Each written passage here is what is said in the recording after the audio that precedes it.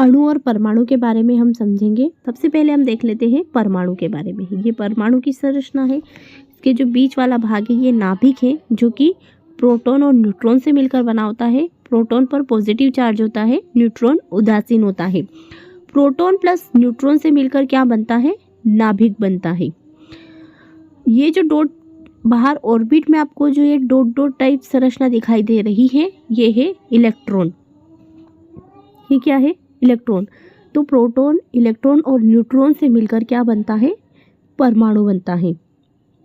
परमाणु जो होता है वो स्वतंत्र अवस्था में नहीं रह सकता है।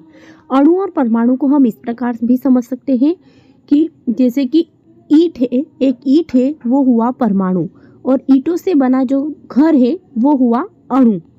अब हम बात करते हैं परमाणु की। तो परमाणु की परिभाषा देखेंगे। परमाणु किसी भी तत्व का सबसे छोटा कण होता है जिसमें उस तत्व के सभी रासायनिक गुण मौजूद रहते हैं। क्या होगा?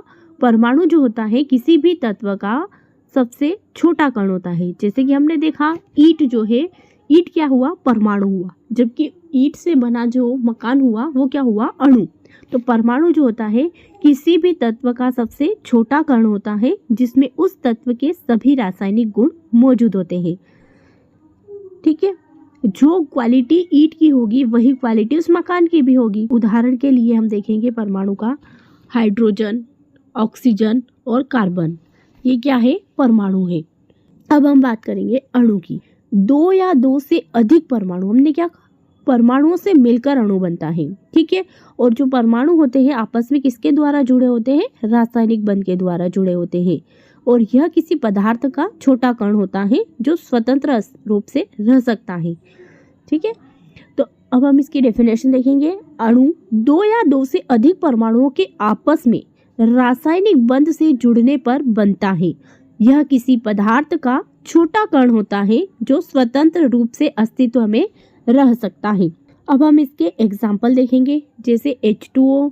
ठीक है, हाइड्रोजन के 2 अणु प्लस ऑक्सीजन का 1 अणु, दोनों मिलकर क्या बनाते हैं? अणु बनाते हैं। अब हम दोनों में डिफरेंस देख लेंगे। परमाणु और अणु दोनों में डिफरेंस देखेंगे तो क्या है? परमाणु जो होता है तत्व का सबसे छोटा कण होता है, और क्या होता है? अणु जो होता है दो या दो से अधिक परमाणुओं से मिलकर बना होता है। परमाणु है स्वतंत्र अवस्था में नहीं रह सकता, जबकि अणु जो है स्वतंत्र अवस्था में रह सकता है। परमाणु के उदाहरण क्या है? हाइड्रोजन, ऑक्सीजन और सोडियम, जबकि अणु का उदाहरण क्या है? H2O2 और H2O। कैसी लगी आपको ये जानकारी? आप वीडियो को लाइक करें, कमेंट करें व शेयर करें।